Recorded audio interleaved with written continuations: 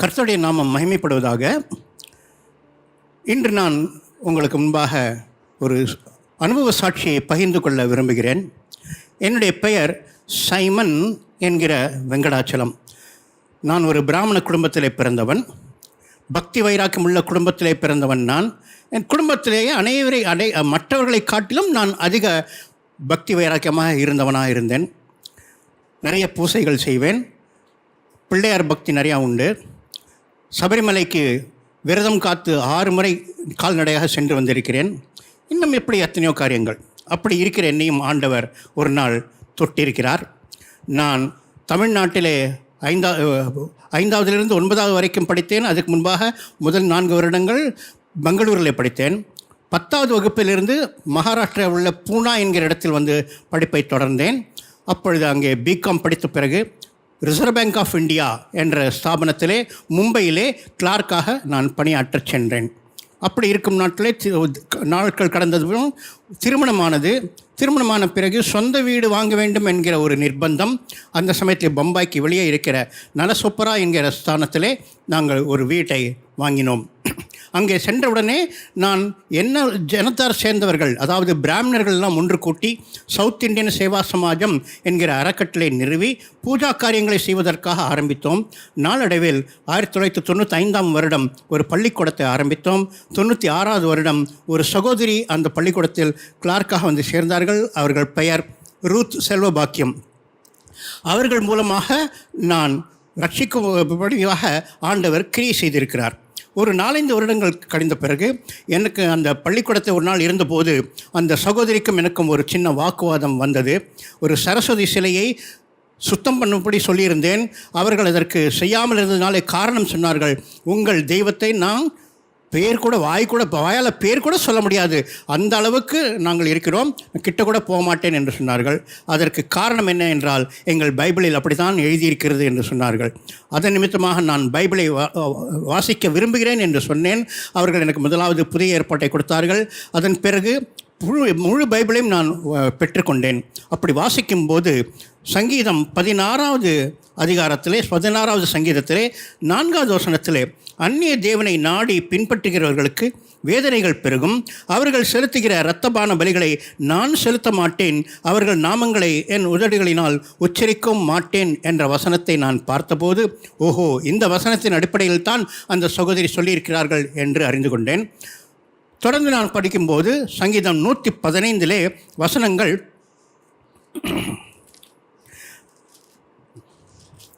4 முதல் 8 அந்த வசனங்கள் என்னை மிகவும் பாதித்தது. அவர்களுடைய விக்கிரகங்கள் வெள்ளியும் பொன்னும் மனுஷருடைய கைவேலையுமாய் இருக்கிறது.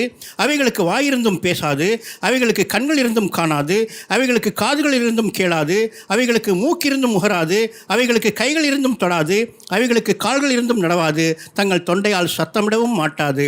அவைகளை பண்ணுகிறவர்களும் அவைகளை நம்புகிறவர்கள் யாவரும் அவைகளைப் போலவே இருக்கிறார்கள். இந்த வசனத்தை படித்த நான் மிகவும் கோபமடைந்தேன். ஆனால் கோபம் வர வர எனக்குள்ளாக ஒரு குரல் சொல்லியது, உனக்கு கோபம் வந்தால் என்ன, இதுதான் உண்மை.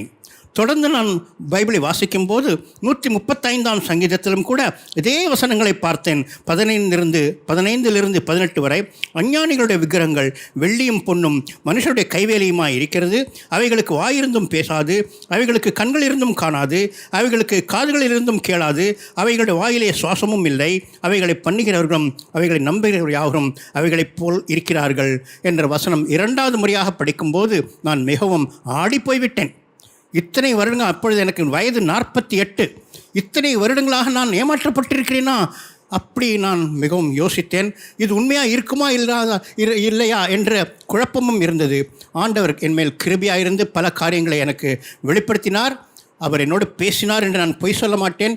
ஆனாலும் என்னுடைய உள் உணர்வுகளை பல காரியங்களை காண்பித்தார். நான் அதிகமாக ராமாயணம் மகாபாரதம் என்ற இந்த 2 காரியங்களையும் அடிக்கடி படித்துக்கொண்டே வந்திருக்கிறேன்.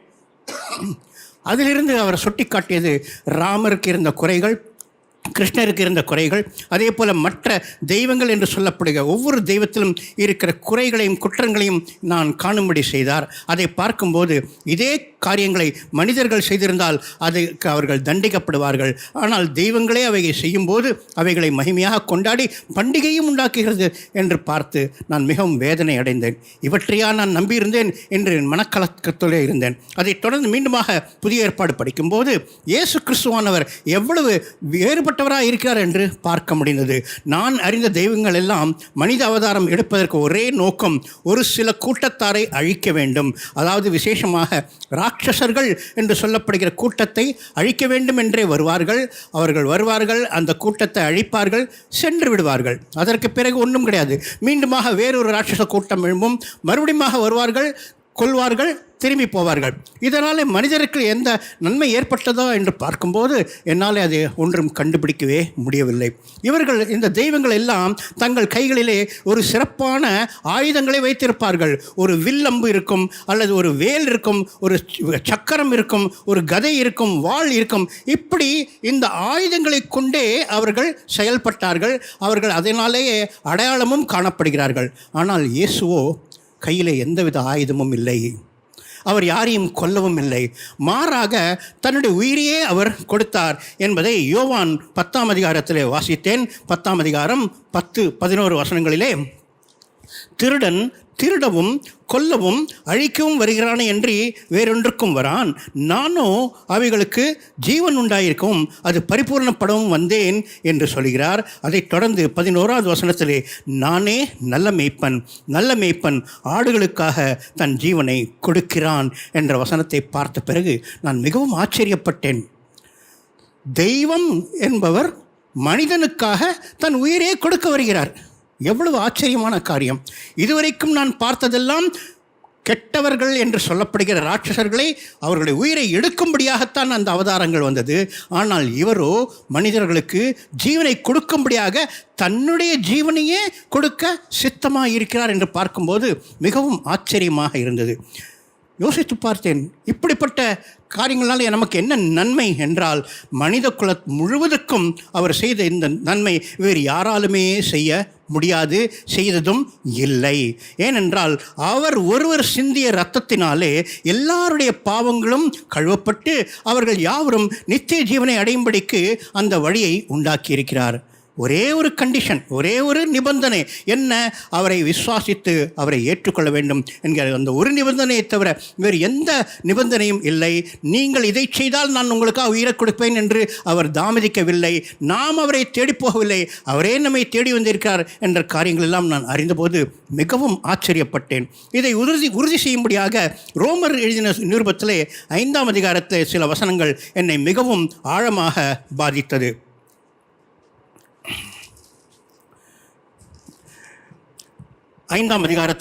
ரோமர் 5ஆம் அதிகாரத்திலே 6 10 வரை உள்ள வசனங்கள், அன்றியும் நாம் பலனற்றவர்களாக இருக்கும்போதே குறித்த காலத்தில் கிறிஸ்து அக்கிரமக்காரருக்காக மரித்தார். யாருக்காக? அக்கிரமக்காரருக்காக மரித்தார் என்பது எவ்வளவு ஆச்சரியமான இருக்குது. அந்த சமயத்தில் நான் எப்படி இருந்தோமாம்? பலனற்றவர்கள். பலனற்றவர்கள் என்றால் ஒடுங்கி போனவர்கள், வீக்காக இருக்காங்க, அந்த மாதிரி அர்த்தம் அல்ல. பாவத்தை மேற்கொள்ள முடியாமல், பாவத்தை எதிர்த்து, பிசாசின் சந்தர்ங்களை எதிர்த்து நிற்க முடியாமல் நாம் பலனற்றவர்களாக இருக்கும்போது அந்த சமயத்திலேயே நம் அக்கிரமக்காரராகிய நமக்காக அவர் மரித்தார் என்று இங்கே குறிப்பிடப்படுகிறது. 7வது வசனம் சொல்கிறது, நீதிமானுக்காக ஒருவன் மரிக்கிறது அரிது, நல்லவனுக்காக ஒருவேளை ஒருவன் மரிக்க துணிவான். யோசித்து பார்க்கிறேன், யார் நீதிமான், யார் நல்லவன்? நீதிமான் என்று யாரை சொல்லலாம்? நல்லவன் என்று யாரை சொல்லலாம்? நல்லவன் என்று சொல்வதற்கு அநேகர் இருக்கிறார்கள். நல்ல காரியங்களை செய்கிறவன் நல்லவன். ஆனால் நீதிமான் யார்?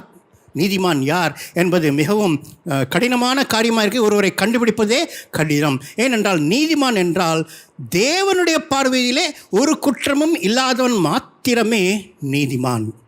அப்படி நீதிமானே காணப்படுவது அரிதாக இருக்கும் போது அவனுக்காக மரிக்கிறவர்களும் அரிதாகத்தான் இருக்க முடியும். எனவே தான் அரிது என்கிற அந்த பதத்தை பயன்படுத்தியிருக்கிறார்கள் அந்த வேதத்திலே. அரிது என்றால் நடக்கவே நடக்காது என்று சொல்லலை, நடக்கிறது மிகவும் அபூர்வம், ஆச்சரியமான காரியம். ஆனால் நல்லவனுக்காக ஒருவேளை ஒருவன் மரிக்க துணிவான் என்கிற காரியம் நடைமுறையில் நாம் கண்டிருக்கிறோம். அநேக அரசியல் கட்சி தலைவர்களுக்காக தொண்டர்கள் தங்கள் உயிரை மாய்த்து கொண்டிருப்பதை நாம் பார்த்திருக்கிறோம். அது மாத்திரமல்ல, நம்முடைய தேசத்தை சுதந்திரமாக்கும்படியாக அநேகர் தங்கள் உயிரையே பணயமாக வைத்து சுதந்திர போராட்டத்தில் ஈடுபட்டார்கள். காரணம் என்ன? தன்னை தியாகம் செய்தவர்கள் அவர்களுடைய கருத்திலே அந்த தலைவனோ அல்லது அந்த தேசமோ மிகவும் நல்லது என்று கண்டு அதற்காக தங்கள் உயிரையும் கொடுக்க அவர்கள் துணிந்தார்கள். மற்றபடி வேறு காரணமில்லை. ஆனால் நாம் எப்படிப்பட்டவர்களாக இருந்தோம்? அக்கிரமக்காரராக இருந்தோம். ஒரு அக்கிரமக்காரருக்காக ஒருவர் மரிக்கிறது என்பது எவ்வளவு, அதாவது எண்ணங்களுக்கு அப்பாற்பட்டது, பியாண்ட் இமேஜினேஷன் என்ற கற்பனைகளுக்கு அப்பாற்பட்டது. 8ஆம் வசனம் அதைத்தான் சொல்லுகிறது. நாம் பாவிகளாக இருக்கையில் கிறிஸ்து நமக்காக மரித்ததினாலே தேவன் தம்மேல் வைத்த தமது அன்பை விளங்க பண்ணுகிறார். தம்மேல் வைத்த தமது அன்பை, நம்மேல் வைத்த அவருடைய அன்பை அவர் எப்படி விளக்குகிறார்?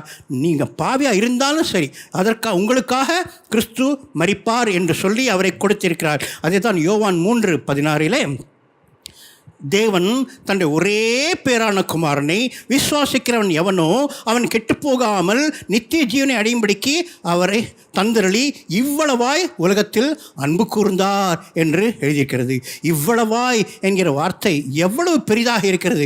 இவ்வளவாய் என்றால் அதற்கு அளவே இல்லை. அவ்வளவு பெரிய அன்பை உடைய தேவன் என்ன செய்தார்? தன்னுடைய ஒரே குமாரனாகிய இயேசு கிறிஸ்துவை நமக்காக தந்தருளினார். தந்தருளினார் என்றால் நீங்கள் வச்சுக்கோங்க, என்ன வேணாலும் அவரை செய்யுங்க, நான் ஒன்றும் குறுக்க வரமாட்டேன். நீங்கள் அடியுங்க, நிந்திங்க, அவமானப்படுத்துங்க, கேவலப்படுத்துங்க, மூஞ்சியில் துப்புங்க, உடையெல்லாம் உறிந்து கொள்ளுங்க, நான் குறுக்க வரமாட்டேன் என்று சொல்லி தந்தருளி என்கிற வார்த்தைக்கு அவ்வளவு அதிகமான அர்த்தங்கள் இருக்கிறது. அப்படி கொடுத்து எதற்காக கொடுத்தார்? அவரை விசுவாசிக்கிறவன் ஒருபோதும் கெட்டு போகக்கூடாது. கெட்டு போகிறது என்றால் என்ன? கெட்டு போகிறது என்றால் நாம் எப்படி அதை புரிந்து கொள்ளலாம்?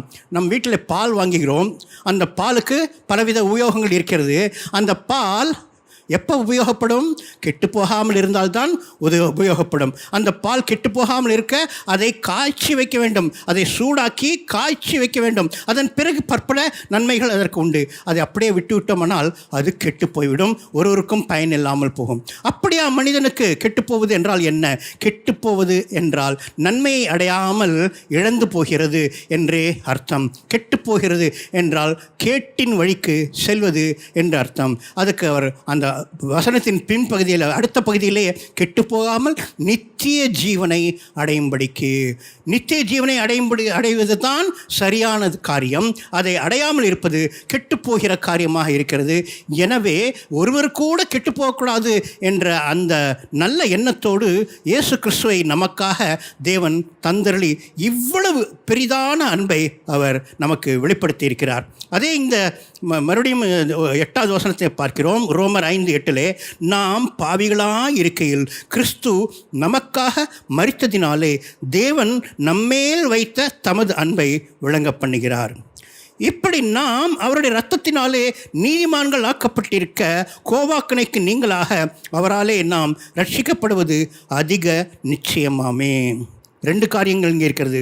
ஒன்று, நீதிமான்கள் ஆக்கப்படுகிறது. 2வது, ரட்சிக்கப்படுவது. நீதிமான்கள் ஆக்கப்படுவது என்றால் என்ன?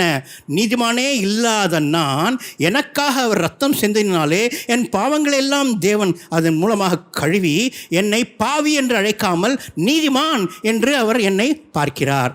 ஆகவே அவருடைய இரத்தத்தினாலே நானும் நீங்கள் யாவரும் நீதிமான்கள் ஆக்கப்பட்டிருக்கிறோம். அதோடு அது முடிவதில்லை.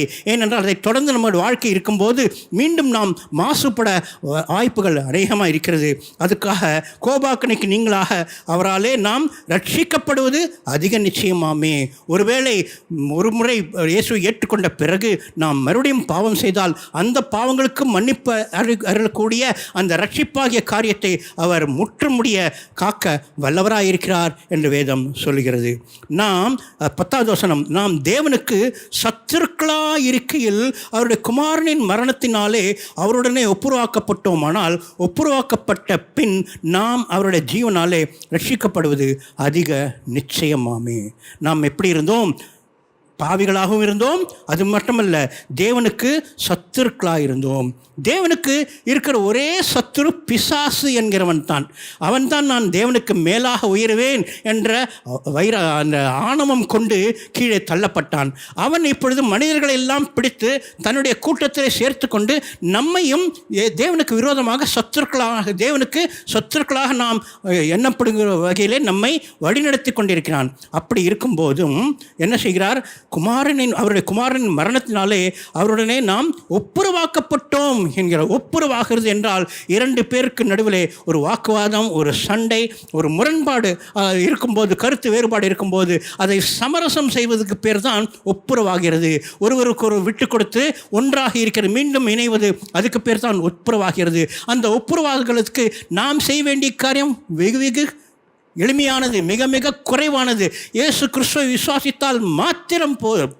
ஆனால் தேவன் செய்கிற காரியமோ பாவிகளாக இருக்கிற நம்மை நீதிமான் என்று மாற்றுகிறது. அவ்வளவு பெரிய காரியமாக இருக்கிறது.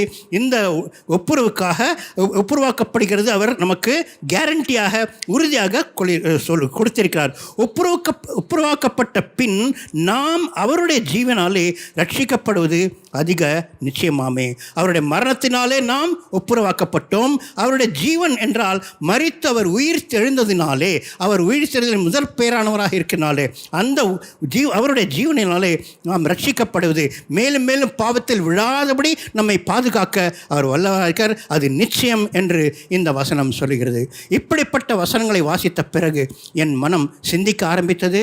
நான் இதுவரை எதையெல்லாம் தெய்வம் என்று எண்ணிக்கொண்டிருந்தேனோ அவை எல்லாம் என் கண்களுக்கு முன்பாக விழுந்து போயின. மெய்யான தேவன் என்றால் இயேசு கிறிஸ்து ஒருவரே என்று நான் ஏற்றுக்கொண்டு அவரை மனதார ஏற்றுக்கொண்டேன். அந்த சகோதரி குடும்பத்தார் எந்த திருச்சபைக்கு சென்றார்களோ அவர்களோடு கூட நானும் சென்று கொண்டிருந்தேன். அது ஒரு மெத்தடிஸ்ட் சபையாக இருந்தது. அந்த சபையிலே நான் போகும்போது அந்த பாஸ்டரையாகிட்டம் எனக்கு ஞானஸ்நானம் கொடுங்க என்று கேட்டேன். பார்க்கலாம் என்று தள்ளி போட்டுக்கிட்டே இருந்தார்கள். இந்த சகோதரி ரூத் செல்வாகம் என்ற சகோதரிக்கு 2 மகன்கள் உண்டு. அந்த சின்ன பையன் என் மேலே ரொம்ப அன்பாக இருப்பான். அந்த சமயத்தில் அவனுக்கு 6லேருந்து 7 வயசுக்குள்ளே தான் இருக்கும். அவன் எங்கள் பள்ளிக்கூடத்திலும் படித்து கொண்டிருந்தான். அவன் என் மேல் மிகவும் பிரியமாக இருப்பான். எதெடுத்தாலும் சார் என் கூடவே சுற்றி கொண்டிருப்பான். நான் இயேசுவை ஏற்றுக்கொண்ட பிறகு என்னால் வீட்டில் இருக்க முடியவில்லை. ஏனென்றால் வீட்டில் நிறைய எனக்கு விரோதம் வந்தது. நான் பைபிள் படிக்க அவர்கள் தடை செய்தார்கள். நான் ப்ரேயர் செய்யும்போது தடை செய்தார்கள். கிறிஸ்துவ பாட்டு பாடினால் தடை செய்வார்கள். இப்படி இருந்தபோது நான் கோபத்தில் சொன்னேன், நீங்கள் இப்படி என் குறுக்க வந்தீங்கன்னா நான் வீட்டை விட்டு வெளியில் போயிடுவேன்னு. அவங்க என்ன சொன்னாங்க தெரியுமா? எங்கேயோ போங்க, வீட்டில் இருக்கணும்னா 3 காரியம்: no Bible, no Christian song, no Christian prayer. அப்படி இருந்தீங்கன்னா இருங்க, வீட்டில் போங்க, எங்கே வேணாலும் போங்க, நோ ப்ராப்ளம் அப்படின்னாங்க. அந்த சமயத்தில் இந்த சகோதரியின் குடும்பத்தார் என்னை மனமு வந்து ஏற்றுக்கொண்டார்கள். அப்படி இருக்கிறதுனால தான் நான் அதிகமாக வேதம் படிக்க முடிந்தது. இல்லாவிட்டால் இவ்வளோ ஆழமாக அதை கற்றுக்கொள்வது மிகவும் கடினமான காரியம். எனக்கு அந்த சின்ன பையன், 6 வயசு பையன் போதகனாக இருந்தான். அவன் எனக்கு என்ன கற்றுக் கொடுப்பான்? முதலாவது 23ஆம் சங்கீதம் மனப்பாடம் பண்ண வைப்பான். 91ஆவது சங்கீதம் மனப்பாடம் பண்ண வைப்பான். அவர்கள் பாமாலை கீர்த்தனம் பாடும்போது எனக்கு சரியாக பாட வராது. அவன் சரியாக பாடும்படி கற்றுக் கொடுத்திருந்தான். அந்த சமயத்தில் நான் வீட்டில் இருக்கும்போது பனியன் எல்லாம் போடாமல் வெறும் லுங்கி கட்டி கொண்டிருப்பேன். என் மார்பிலே அந்த பூநூல் என்கிற ஒரு நூல் இருக்கும். அதை பார்த்த அந்த பையன் ஏதோ ஒரு நூலை கொண்டு வந்து அவனும் அது போல் மாலை போட்டுக்கிட்டான். நானும் சார் அப்படின்னு சொல்லிட்டு வந்தான். எனக்கு ஒரே ஷாக்காக போச்சு. அந்த நிமிடமே நான் அந்த பூணலை கழற்றி போட்டேன். அதிலிருந்து எனக்கு இன்னும் அந்த என்னுடைய சஞ்சலமான மனம், 2 கல்லின் மேலே குந்தி நடக்கிற அந்த மனம் என் மேலும் உறுதிப்பட்டது. இயேசுவே தெய்வம் என்கிற காரியத்தை இன்னும் அதிகமாக நான் பற்றி கொண்டேன். இந்த மகனுக்கு திடீரென்று ஒரு வியாதி வந்தது. ஒரு புண் மாதிரி தொண்டையிலே வந்தது, பின்கழுத்தில் வந்து கட்டி மாதிரி வந்தது. அதை டெஸ்ட் செய்யும் போது கேன்சர் என்று சொல்லிவிட்டார்கள். அவனை ஆஸ்பத்திரியில் சேர்த்தோம். அவனுக்கு கூட இரவு முழுவதும் நான் ஆஸ்பத்திரியில் இருப்பேன். பகலிலே அவன் தாயாரோ தகப்பனாரோ வந்து பார்த்துக்கொள்வார்கள். நான் பகலில் டியூட்டிக்கு போயிடுவேன். அந்த நேரத்தில் அவன் அதிகமாக எனக்கு இந்த வேதத்தை பற்றி கற்றுக் கொடுத்திருந்தான். ஆனாலும் அவன் சொல்லுவான், சார் சீக்கிரமாக ஞானஸ்நானம் எடுங்க வற்புறுத்துவான். ஆனால் எங்கள் பாஸ்டரோ தள்ளி போட்டுக்கிட்டே இருந்தார். கடைசியாக ஒரு நாள் வந்தது, ஞானஸ்நானம் கொடுக்க வேண்டிய நிலை வந்தது. 2001ஆம் வருடம் ஏப்ரல் 1ஆம் தேதி அன்று அந்த மெத்தடிஸ்ட் மிஷன் மெத்தடிஸ்ட் சர்ச்சிலே, தமிழ் சபையிலே எனக்கு முழுக்கல் ஞானஸ்நானம் கொடுத்தார்கள். அதை பார்த்த அந்த மகன் மிகவும் சந்தோஷப்பட்டான். ஆனால் அதற்கு பிறகு அவனுக்கு நீடிய ஆயுள் இல்லை. 8 நாட்களுக்கு பிறகு 9ஆம் தேதி, ஏப்ரல் 9ஆம் தேதி அவன் கர்த்தருக்குள்ளாக நித்திரை அடைந்தான். தான் சாவதற்கு முன்பாக ஒரு ஆத்மாவை ரட்சிக்கும்படியாக அவன் செய்த காரியம் நிச்சயமாக ஜீவ புஸ்தகத்திலே எழுதப்பட்டிருக்கும். அதை பிறகு அந்த குடும்பத்தார் மிகவும் ஆடிப்போய் விட்டார்கள். திருச்சபை மக்கள் எங்களை புறக்கணிக்க ஆரம்பித்தார்கள். எங்களுக்கு மதிப்பில்லாமல் போயிட்டு எனக்கு என்ன செய்வது என்று தெரியவில்லை. 2-3 திருச்சபைகள் மாறி மாறி போனோம். எங்கேயும் சரியானபடி எங்களுக்கு நல்ல வரவேற்பில்லை. ஆனாலும் நான் இதற்கு ஒரே வழியாக நானே வேதத்தை படிப்பேன், கற்றுக்கொள்வேன். எப்படியாவது இந்த வேதத்தை நான் மற்றவர்களுக்கு சொல்லும்படியாக நான் என்னை மாற்றிக்கொள்வேன் என்று நான் அநேக முயற்சிகள் எடுத்தேன். தேவன் எனக்கு கிருபை தந்தார். நான் எந்த பைபிள் ஸ்கூலுக்கும் போகவில்லை. இருந்தாலும் ஆழமாக படிக்க படிக்க அநேக சந்தேகங்கள் வரும். நான் கேள்வி கேட்டு அதற்கு நானே தேவனிடத்தில் விடை பெற்றுக்கொள்வேன். இப்படியாக என்னுடைய வேத அறிவு வளரும்படி தேவன் கிருபை செய்தார். இதைத் தொடர்ந்து எங்கள் பள்ளிக்கூடத்திலே நஷ்டம் வந்தது. ஏனென்றால் எங்களுக்கு சொந்தமான இடமில்லை. அந்த பள்ளிக்கூடத்துக்கு ரெக்கக்னிஷன், அதாவது அங்கீகாரம் வாங்குவதற்கு நிறைய பிரைபு, லஞ்சம் கொடுக்க வேண்டியிருந்தது. 5 லட்சம் ரூபாய் வரைக்கும் கொடுக்க வேண்டியிருந்தது. சொந்த இடம் வாங்குவதற்கு 11 லட்சம் ரூபாய்க்கு பேசியிருந்தோம். அதில் அதுக்கு கூட நான் 6 லட்சம் வரைக்கும் ஆயத்தப்படுத்தினேன். அதுக்கு மேலே செய்ய முடியவில்லை. இதெல்லாம் என் சொந்த கடனாக போய்விட்டது. மற்றவர்கள் எல்லாம் கையை தூக்கிட்டாங்க. பள்ளிக்கூடம் உன் பொறுப்பு, நீயே பார்த்துக்க, எங்களுக்கு எதுக்கும் சம்மந்தம் இல்லை. ஏன்னா நான் கிறிஸ்டியன் ஆகிட்டேன். இடையில ஒருத்தர் ஒரு ப்ரப்போசல் கொண்டு வந்தார். நீ ஆன்னு சொல்லு, ஒரே வார்த்தை. அங்கே பம்பாயிலே பிரபாதேவி என்கிற இடத்துல ஒரு பெரிய பிள்ளையார் கோயில் உண்டு. அதுக்கு நிறைய சொத்து உண்டு. எப்படி திருப்பதிக்கெல்லாம் நிறைய சொத்து இருக்குதோ அந்த கோயிலுக்கு நிறைய சொத்து உண்டு. அவங்கக்கிட்ட நாங்கள் ட்ரஸ்டிக்கிட்ட பேசுகிறோம். இந்த ஸ்கூலுக்கு இடமும் கொடுப்பாங்க, உன் கடனையெல்லாம் திருப்பி அடைக்கலாம், நீ மாத்திரம் மறுபடியும் இந்துவா மாறு. நான் சொன்னேன், தேவையில்லை. நான் அரிய பொக்கிஷத்தை கண்டுபிடித்து விட்டேன், அதை நான் விட்டுவிட மாட்டேன். எப்படின்னா, மண்ணுக்காக மாணிக்கத்தை விட்டிட மாட்டேன், வேறும் மண்ணுக்காக மாணிக்கத்தை விட்டிட மாட்டேன். புறன அழகுள்ளவரே பூவியல்தான் வாழ்க்கை தனில் நீரே போதும் வேறே வேண்டான் எந்த அன்பு இயேசுவே. மண்ணுக்காக மாணிக்கத்தை விட்டிட மாட்டேன், வேறும் மண்ணுக்காக மாணிக்கத்தை விட்டிட மாட்டேன் என்று நான் உறுதியாக இருந்தேன். ஆனால் என்ன, உலகம்தான். இந்த மாதிரியான காரியங்களுக்கு உலகம் கை கொடுக்காது. எங்களுக்கு நஷ்டத்துக்கு மேல் நஷ்டம் வந்தது. இதையெல்லாம் என் குடும்பத்தாருக்கு இன்னும் மேலும் மேலும் கசப்பை உண்டாக்கிற்று. நீங்கள் இயேசு கிறிஸ்துவை ஏற்றுக்கொண்டு ஒரு லாபமும் இல்லை. நஷ்டத்துக்கு மேல் நஷ்டம். எங்கள் கிட்டக்கவே வராதிங்க, உங்களோடய இருக்கட்டும். நீங்கள் எங்களை பாதிக்கிறீங்க. நான் வாங்கின வீடையெல்லாம் விட்டு கடனை அடைக்க பார்த்தேன், முடியவில்லை. கடைசியாக ரிசர்வ் பேங்க் வேலையே விட்டு அதில் வருகிற கிராச்சுவிட்டி, பென்ஷன், அதாவது ப்ராவிடென்ட் ஃபண்ட், இந்த அமௌண்ட்டெல்லாம் வைத்துக்கொண்டு பாதி கடனை தீர்த்து மீதி கடனை மாதம் வாங்கிற பென்ஷன்லேருந்து அடைப்பேன் என்று உறுதியாக பாண்ட் எழுதி கொடுத்து விட்டு வெளியே வந்தேன். பள்ளிக்கூடத்தை கவனிக்கலாம் என்று நினைத்தேன். ஆனால் சொல்லுவாங்களே, நான் சுயபலத்தால் ஓடி பார்த்தேன், ஓட முடியல, என் சுயபலத்தால் ஓடி பார்த்தேன், ஓட முடியலங்கிற மாதிரி எத்தனை நான் முயற்சி செய்தாலும் மேலும் மேலும் பின்னடைவு. சொந்த இடமில்லை, வாடகை இடத்தை பள்ளிக்கூடம் நடத்துகிறோம். 2 வருஷம் கழிஞ்சிடுச்சுன்னா காலி பண்ணுங்க. அந்த இடத்துலேருந்து வேறுக்கு ஷிஃப்ட் பண்ணால் பாதி ஸ்டூடெண்ட் போயிடுவாங்க. இப்படியாக நாங்கள் பள்ளிக்கூடத்துக்கான வருமானத்தையும் இழந்து கொண்டிருந்தோம், பிள்ளைகளும் குறைந்து போய் கொண்டிருந்தது. எப்படி சமாளிப்பது என்று தெரியவில்லை. நன்றாக வளர்ந்து கொண்டிருந்த பள்ளிக்கூடம், 2 பிள்ளைகளை வைத்து ஆரம்பித்த பள்ளிக்கூடம் 300 வரைக்கும் அந்த ஸ்ட்ரென்த்து படிப்படியாக ஏறிக்கொண்டே வந்தது. பின்பு சரிவடையும் போது 150, 75, 40, 20, கடைசியில் 10 பேர், 12 பேர் தான். எப்படி சமாளிப்பது? ஒரு சமயத்தில் அந்த 300 ஸ்டூடெண்ட் இருக்கும்போது எங்கள் பள்ளிக்கூடத்திலே நாங்கள் 6 டீச்சர்கள் வச்சுருந்தோம். 3 பேர் ஆயாக்களாக இருந்தார்கள்.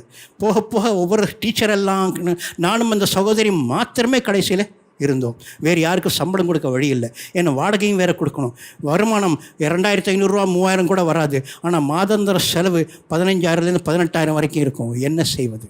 எல்லாம் என் கையிலிருந்து பென்ஷனிலிருந்து நான் போட்டுக்கொண்டிருந்தேன். இப்படியெல்லாம் கணக்கிட்டு பார்த்தால் கிட்டத்தட்ட 15 18 லட்சம் வரைக்கும் வரும். நான் கணக்கு போடவில்லை, ஆனால் உத்தேசமாக சொல்லுகிறேன். இப்படி இருக்கும்போது வேறு வழி இல்லாமல் கடைசியாக அந்த பள்ளிக்கூடத்தை மூட வேண்டும் என்கிற ஒரு நிலைமைக்கு தள்ளப்பட்டோம். அப்பொழுது அந்த சகோதரி அவர்கள் சொன்னார்கள், இந்த பள்ளிக்கூட வேலை தான் நம்பி நான் இருக்கிறேன், இது எனக்கு போயிடுச்சுன்னா எனக்கு வருமானமே கிடையாது, நான் ஊர் பக்கம் போயிடுறேன். மேட்டுப்பாளையத்தில் நாங்கள் நிலம் வச்சுருக்கிறோம், அதில் பாதி இடத்தை விற்றுட்டு வீடு கட்டிட்டு அங்கே போயிடுறோம். நாங்கள் சரி என்று சொன்னேன். அவர்கள் அப்படியாக வீடு கட்டினார்கள். அடுத்த வருடம் பள்ளிக்கூடத்தை மூடிவிட்டு வரலாம் என்று.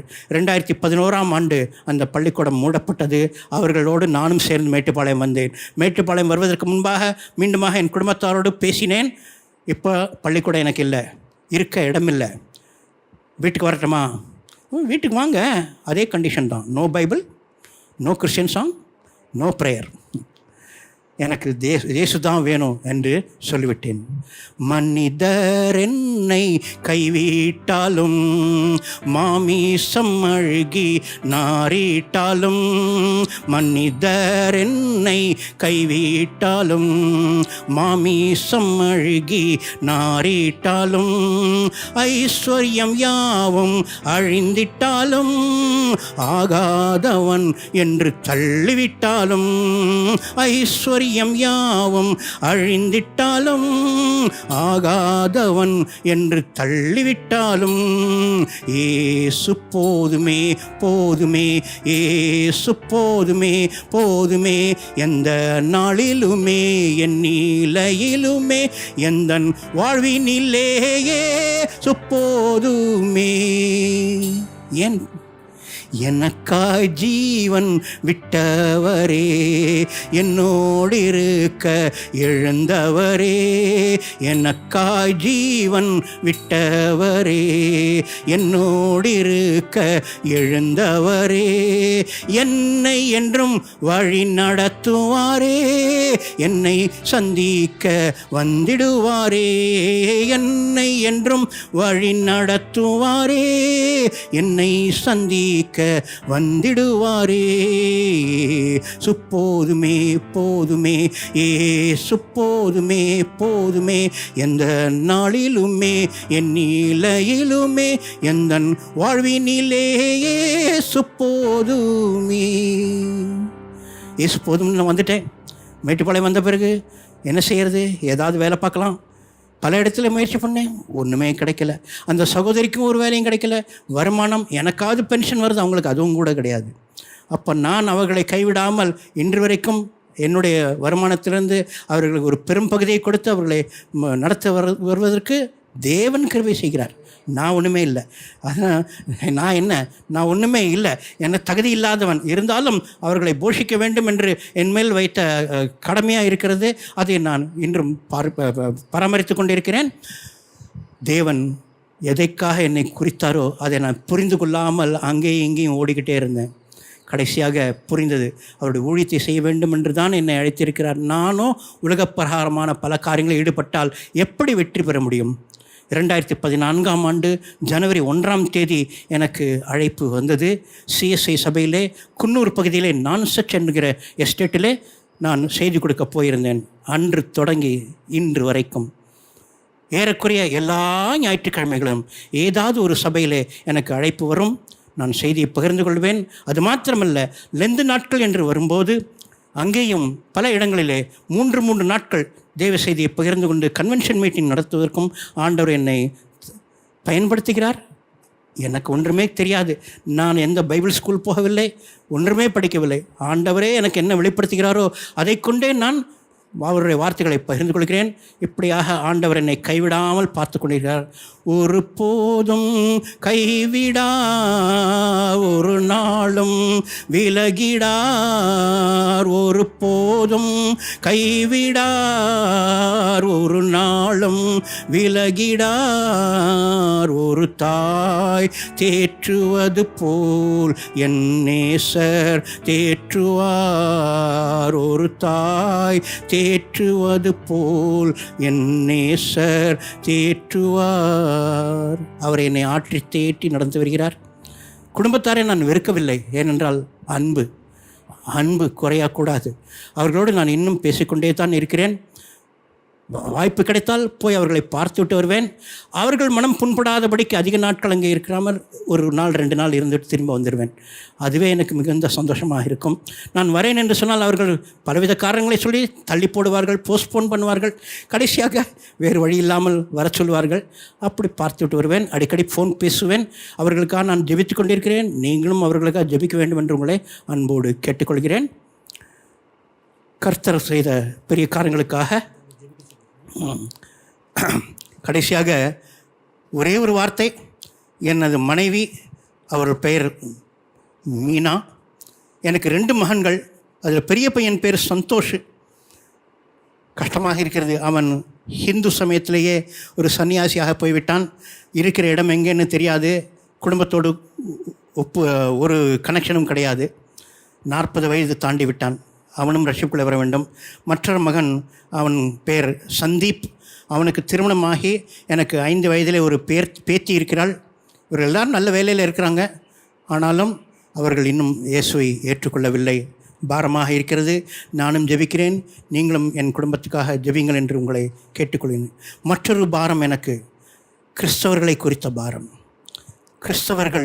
கிறிஸ்தவர்களாகவே இல்லையே. சில சமயம் நினைப்பேன், ஏன்டா நான் கிறிஸ்தவனானேன்ட்டு. இப்படிப்பட்ட மக்கள் மத்தியில் அதுக்கு அந்த சாக்கடை விட இந்த சாக்கடை மோசமாக இருக்குது அப்படின்னு நினைப்பேன். ஆனாலும் அதற்காகத்தான் ஆண்டவர் என்னை அழைத்திருக்கிறார் என்று உணர்கிறேன். எந்த மக்கள் சரியாகப்படி வேதத்தை புரிந்து கொள்ளாமல் இருக்கிறார்களோ அவர்கள் மத்தியிலேயே வேத வார்த்தைகளை பகிர்ந்து கொள்ளும்படியான கிருபை எனக்கு தந்திருக்கிறார். கடமையை கொடுத்திருக்கிறார். அந்த கடமையை நான் நிறைவேற்ற எனக்காக ஜெபியுங்கள் என்று கேட்டுக்கொண்டு இந்த சாட்சியை முடித்துக்கொள்கிறேன். கர்த்தருடைய நாமம் மகிமைப்படுவதாக. ஆமென். கர்த்தருடைய நாமம் மகிமைப்படுவதாக. அருமையான ஐயாவுடைய சாட்சியை கேட்டீங்க. அருமையான ஐயாவுக்காக அவருடைய மனைவி அவங்க ரட்சிக்கப்படணும். மூத்த மகன் சன்னியாசியாக போய் இந்த வரை எங்கே இருக்கிறாருன்னே தெரியல. ஆனால் கண்டிப்பாக வேத வசனம் சொல்லுகிறது, கர்த்தராகிய இயேசு கிறிஸ்துவை விசுவாசி, அப்பொழுது நீயும் உன் வீட்டாரும் ரட்சிக்கப்படுவீர்கள் என்று சொல்லி ஐயா அந்த கர்த்தருடைய வார்த்தை நிறைவேற வேண்டும்.